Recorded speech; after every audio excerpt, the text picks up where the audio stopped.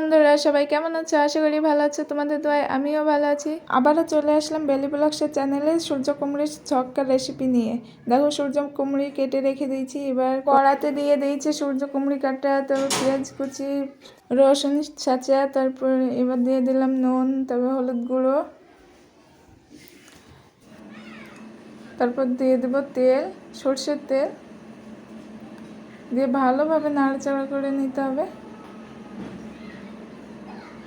ভালোভাবে নাড়াচাড়া করে নাও, তারপর উনুনে আগুন দিবে।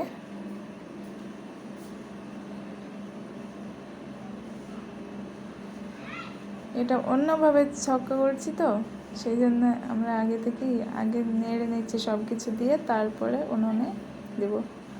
দেখো, আগে থেকে কুমড়োগুলোর কালারটাই চেঞ্জ হয়ে গেছে।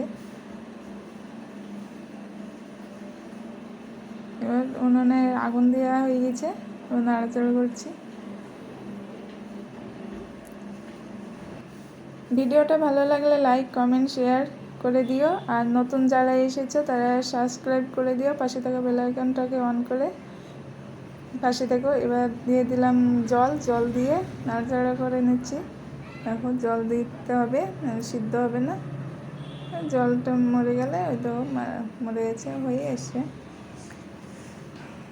নাড়াচাড়া করে নিতে হবে। এইভাবে রান্না করে রুটির সঙ্গে খাবা, দারুণ লাগবে খেতে। দেখো হয়ে গেছে, নামিয়ে নিয়েছি।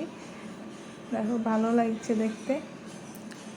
প্লিজ ভিডিওটা ভালো লাগলে লাইক করে দিও, প্লিজ। এতবার রিকোয়েস্ট করছি, একটা তো লাইক করে দিতেই পারো, তাই না? কালারটা দেখো না, রুটির সঙ্গে খেতে অনেক অনেক সুন্দর লাগবে। একবার ট্রাই করে দেখো রেসিপিটা।